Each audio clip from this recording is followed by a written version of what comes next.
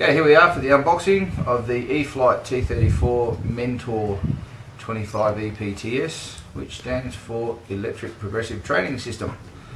I went and picked this up today. It comes with everything you need except an instructor. We'll deal with that later. E-Flite are very good. I've looked at lots of their products. I run some of their servos in our small death-defying AXNs, and their little digital servos are great. So here's what it looks like in the box. We've got the DX6i transmitter over there. I said that like a Kiwi. We've got the DX6i transmitter over here. We've got the instructions and the DVD that I mentioned, and then we've got all the aircraft bits and pieces. This one's got some optional little extras in it. The E-Flite toolkit, and somewhere in there there's a buddy box lead. So we won't go too much into the DX6i. It's a transmitter. It's got knobs and switches and handles and stuff.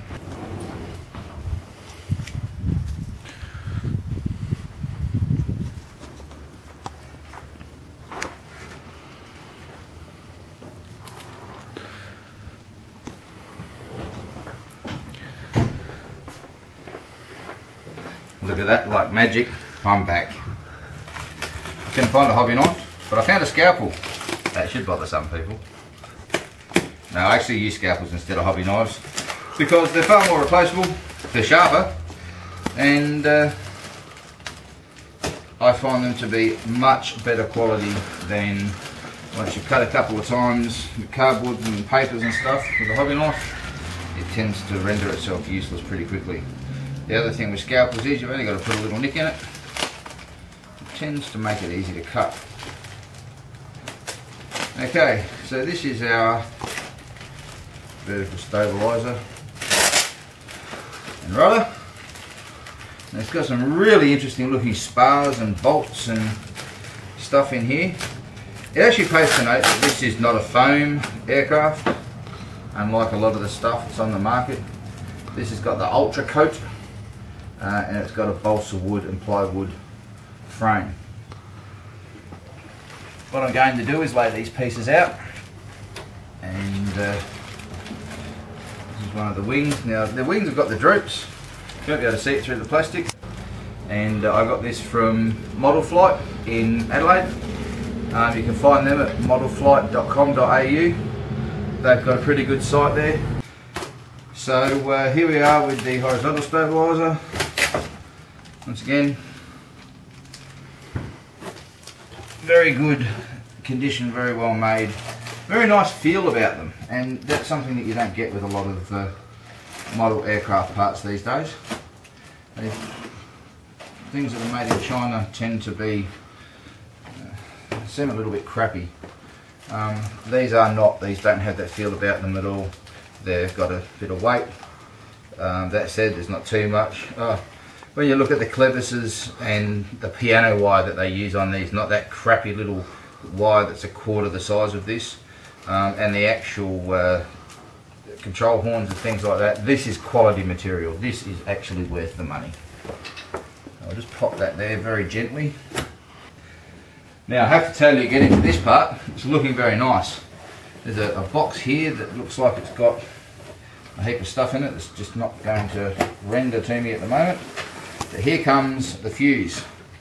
Fuselage is the word in the industry. People tend to abbreviate, and it's just called the fuse. Now I'm a pretty big guy, and this is a pretty big fuse. Again, it's really hard to say to you, have a look at this and compare it with. You just need to go to your hobby store and have a look at the size of this bad boy. It's a very, very nice looking aircraft. There is a review that was done online that shows the strength of these landing gear and the wheels.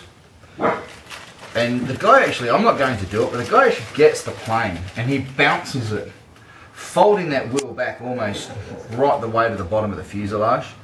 There's another box in here. I suspect it's going to be full of parts. Out of everything in this, it's probably going to have the battery charger and whatnot in it. Out of everything in this box, it's probably stuck down the best.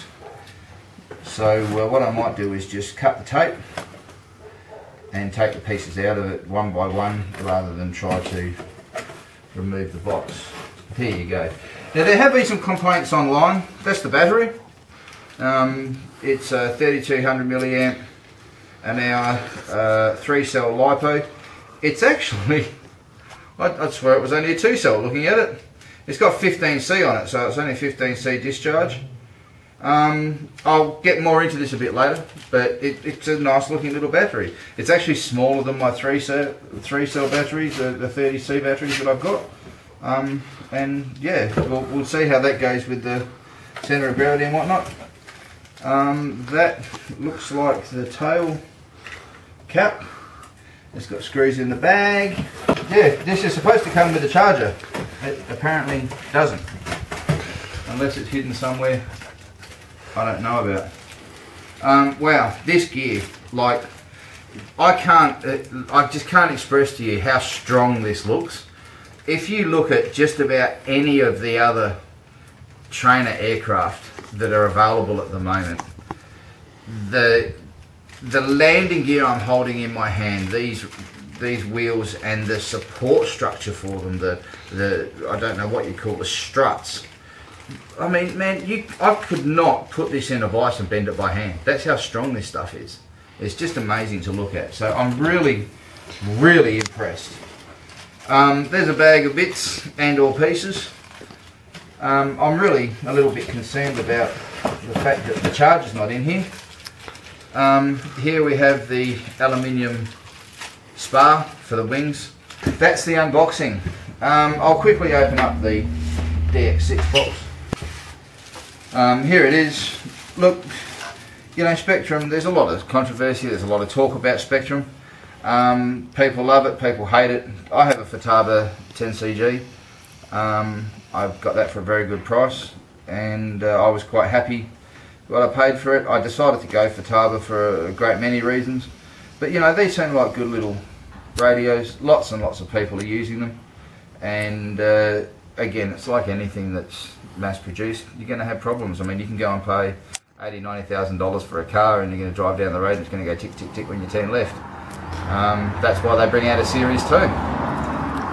You will find, as I've seen comments, that, you know, some of the cheaper, like Tenergy and people like that, don't have product recalls, and some of the cheaper people don't have product recalls, and people interpolate from that that's because they've got a good product. Well, I say that's because at $50 or $60 a piece, who cares? You go buy a new one.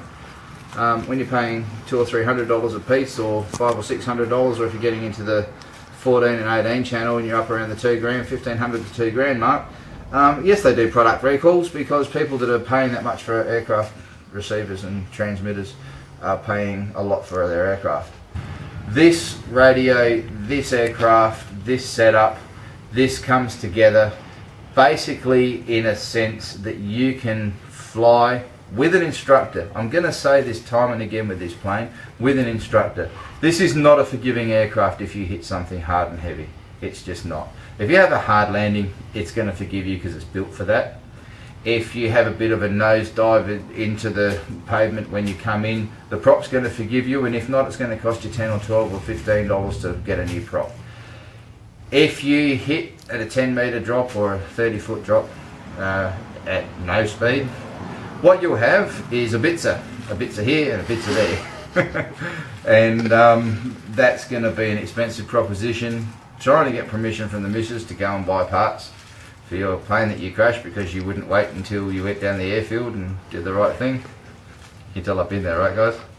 Alright, look, this has been E-Flite. First video. Like us, subscribe to us, because there'll be lots of crazy stuff happens on here. So thank you for your time, thank you for your patience. Sean on camera, me here, and pretty soon we'll come back, we'll put this bad boy together and show you what it looks like, and then on the weekend we'll go flying. Thank you.